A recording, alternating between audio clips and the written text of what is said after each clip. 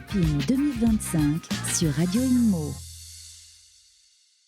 Jean-Christophe Fromentin, bonjour, vous êtes maire de Neuilly. Merci beaucoup de répondre à nos questions. Je voudrais vous interroger sur l'actualité de Neuilly, qu'on voit plus comme une ville de passage entre Paris et La Défense, mais vous faites un énorme travail justement sur cet axe. Est-ce que vous pouvez nous en dire quelques mots ?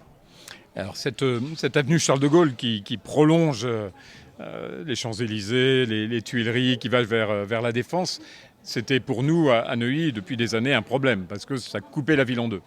Et puis finalement, j'ai considéré que c'était plutôt un atout. C'est-à-dire que quand on a une partie de cet axe qui a été dessiné par le nôtre, qui a toute une histoire, c'est un patrimoine.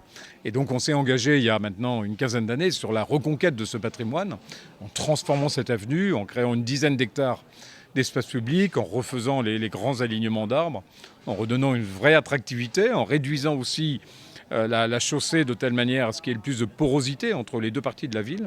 Et on arrivera l'année prochaine au terme d'un grand projet d'infrastructure, qui était probablement un des plus gros projets d'aménagement urbain en France. 10 hectares, ça représente des surfaces énormes dans un centre-ville.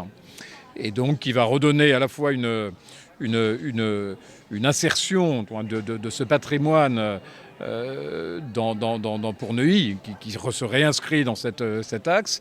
Ça sera un atout également pour La Défense, puisque tout ce qui participe de l'axiologie entre Paris et La Défense est utile pour l'attractivité du quartier. Et puis surtout pour nous à Neuilly, ça participe de la porosité entre le nord et le sud, entre les deux versants de la ville, et puis de l'espace public, puisqu'on a dû planter 60 000 arbustes, on a refait des grands alignements d'arbres, et puis on a recréé tout un écosystème de vie sociale et d'espace public extrêmement intéressant. Vous avez senti que c'était une demande de la population aussi, de vos habitants ? Nos villes, elles sont faites pour que ces communs, ces lieux communs, ces espaces publics vivent. Et une ville peut vite être débarrassée de son espace public, à la fois par le fait que tous les opérateurs de réseau, concessionnaires, etc., ils grignotent petit à petit l'espace. Ils ont besoin de poser des abribus, des compteurs, des bornes électriques, etc. Donc ils vous privent de l'espace public.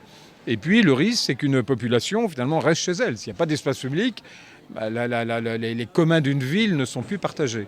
Donc l'enjeu pour une population est énorme, de la capacité d'un maire, d'une municipalité, de la ville, à reconquérir l'espace qui appartient à tout le monde, qui sont à la fois des espaces qu'on peut verdir pour faire face aux îlots de chaleur, des espaces qui sont des espaces d'animation, des espaces de culture, mais surtout des espaces de vie sociale. Quand on est maire d'une ville, quand on voit comment la ville évolue, le rapport de l'habitant à la ville évolue, quand on est à côté d'un quartier d'affaires comme celui de La Défense, c'est une interrogation permanente sur le sens de sa ville ? Sur le sens de nos villes et son insertion dans les territoires. Vous voyez, moi, je critique beaucoup le fait que la France n'a plus de grand plan national d'aménagement du territoire. Donc c'est un peu chacun dans son coin, avec des SCOT, des PLUI, des schémas régionaux.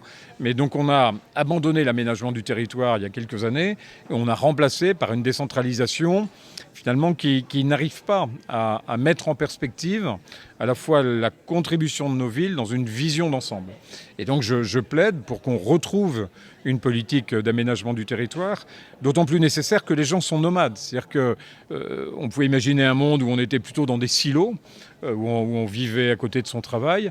Aujourd'hui, avec le télétravail et par toute une série d'innovations, on n'est plus nomade. On peut tout à fait concevoir de passer 4 jours à la montagne, une partie en télétravail, et puis venir 2 jours à Paris, etc. Et donc, il faut décloisonner nos systèmes d'urbanisme, nos schémas d'aménagement du territoire, pour retrouver un principe national, une vue d'ensemble de cet enjeu d'aménagement du territoire. Donc moi je milite beaucoup pour ça, pour que l'État reprenne ses responsabilités comme aménageur du territoire national, avec une vision prospective, en prenant en compte les attentes et les aspirations des Français, en intégrant les nouveaux défis d'innovation écologique et autres, et qu'ensuite nous on puisse réinsérer nos perspectives d'urbanisme dans une vision d'ensemble. C'est ça aussi qui est intéressant, de venir à un salon comme le MIPIM, de rencontrer des maires ou des élus d'autres territoires, de voir les bonnes initiatives qui marchent et voir si elles sont applicables à son propre territoire. Il y a ça, et puis il y a quand même beaucoup aussi dire auprès des professionnels de l'immobilier qu'on a des visions. Parce que si on n'a pas de vision, ils ont une gestion d'opportunité. C'est-à-dire qu'ils vont nous dire, tiens, là j'ai de l'argent pour mettre un immeuble de bureau, tiens, là j'ai de l'argent pour mettre un immeuble d'habitation et des commerces en bas.